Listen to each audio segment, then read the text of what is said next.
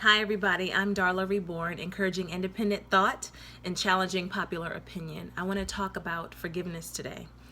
Forgiveness, and this is inspired by a scripture in Matthew that basically says, if you don't forgive your brother or you don't forgive others, God won't forgive you.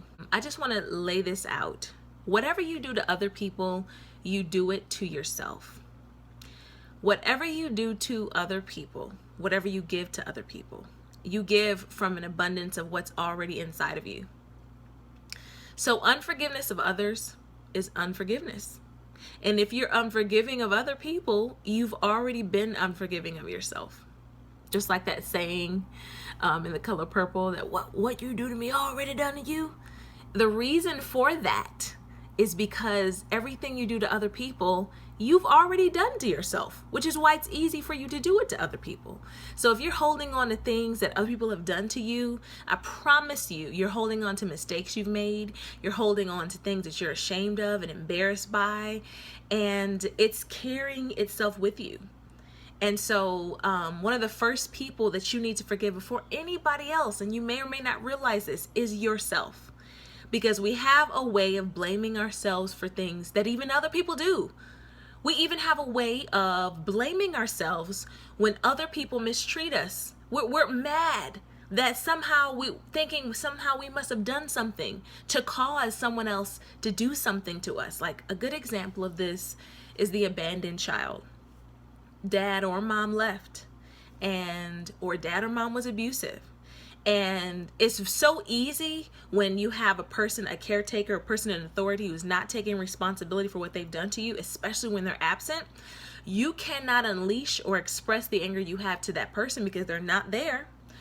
You unleash it on yourself. You internalize it, and you go on, especially when it's coming from childhood. Children tend to blame themselves for so much that adults do. So you may very well be carrying guilt and unforgiveness toward yourself for something your parents did to you. So moving forward though, when it comes to the process of forgiveness, let's say you're dealing with someone and you have done something to them, or they've done something to you and somebody's apologizing. What you're looking for is a sense of resolution. And that sense of resolution or closure, which is why a lot of people who are dealing with someone who's not even able to or willing to acknowledge what they've done have a difficult time coming to resolution, because they feel that someone has to acknowledge and admit to what's happened before it can happen, or acknowledge and apologize for what has happened. But the reality is that the resolution that you're seeking when you ask for forgiveness, it is a feeling, it's a certain feeling, a certainty that you have on the inside, that you realize that it's okay, that it's that door, that part of your life or that experience, that mistake has been transcended, that you can kind of move forward, starting over from there. And so if you're apologizing to somebody and they're rolling their eyes, or they've gotten up and they walked away, you're not very likely to have a sense that the situation has been closed. Okay? Now I'm saying that to say, when you ask God for forgiveness for something you've done, let's say you've made a mistake, you've really seriously harmed someone, you've done something in negligence, and you're carrying a lot of guilt. You're looking for a sense of resolution. Okay?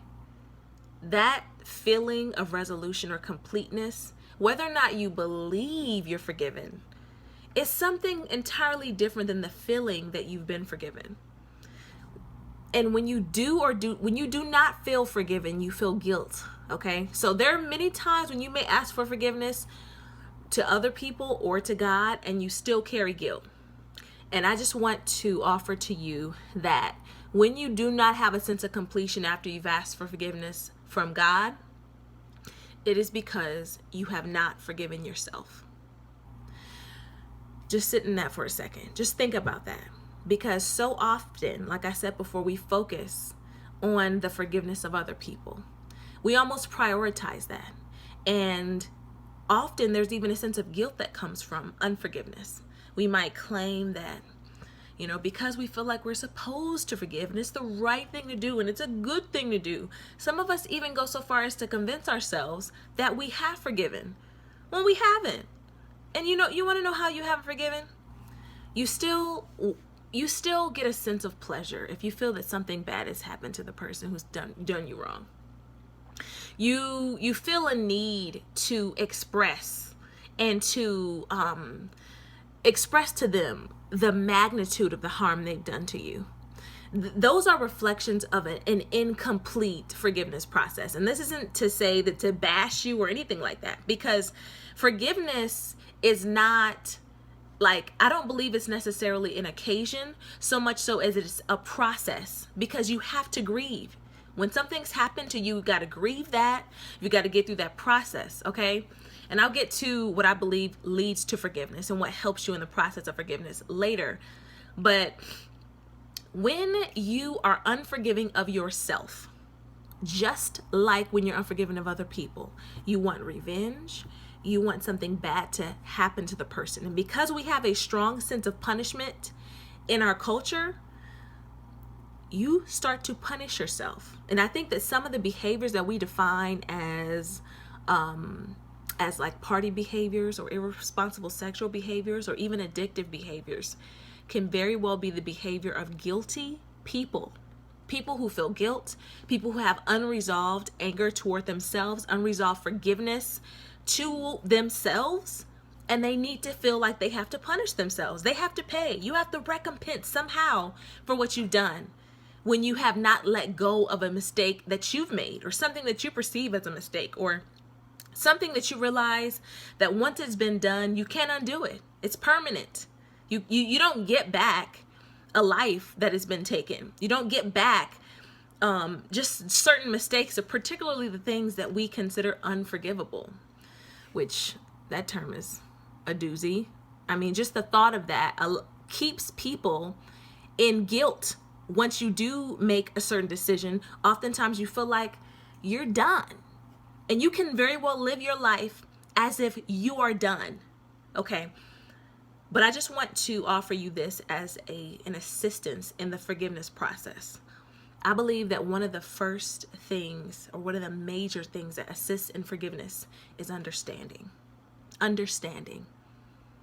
Now, because I kind of postulated and laid down the foundation that I believe when you're unforgiving of others, it's because you're unforgiving of yourself. One of the main things that's going to assist you in forgiving is understanding. Who you are now is not who you were when you made that decision. And you make decisions based upon what you know at the time. You make decisions based upon how you feel at the time, the resources you feel like you have. They could be emotional resources, spiritual resources, support resources. You may not have felt at that time that you had that. You may have felt like that was your only recourse. And that is going to assist you. See, when you understand the mistakes that you've made and you've reconciled that, because there are a lot of people who go throughout their lives feeling as if they wish that they could go back to a certain moment. They wish they could go back and relive a mistake that they just can't get beyond. They just can't let go of it. They're stuck at 5 years ago. And it's so strong. You need to understand that who you were at that time, and there are literally things you do that it doesn't even take a year after. It doesn't even take a week after to realize the magnitude of what you've just done. All it takes sometimes is for the realization of a decision you've made to hit you immediately after you do it, and in that moment, oh my God, what have I done? So the thing is, you have to just simply understand. Think about the things that you were going through at that time. Think about the things you were thinking at that time. And oftentimes, I strongly believe that people do the best they know how to do.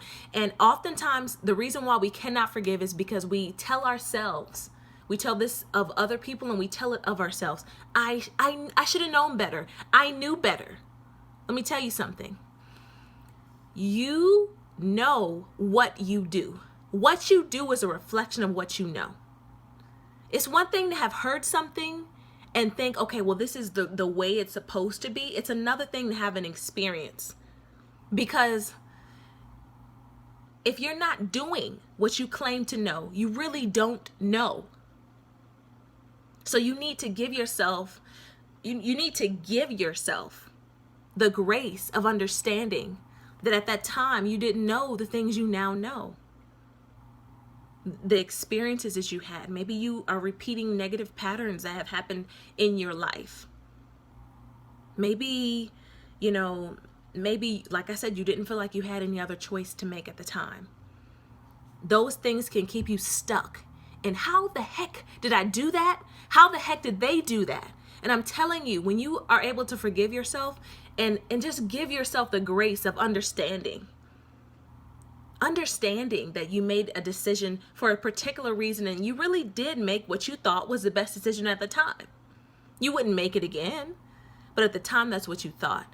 And taking that step is going to assist you in forgiving other people, because when you can grant yourself grace, you grant others grace. It's the same thing with judgment.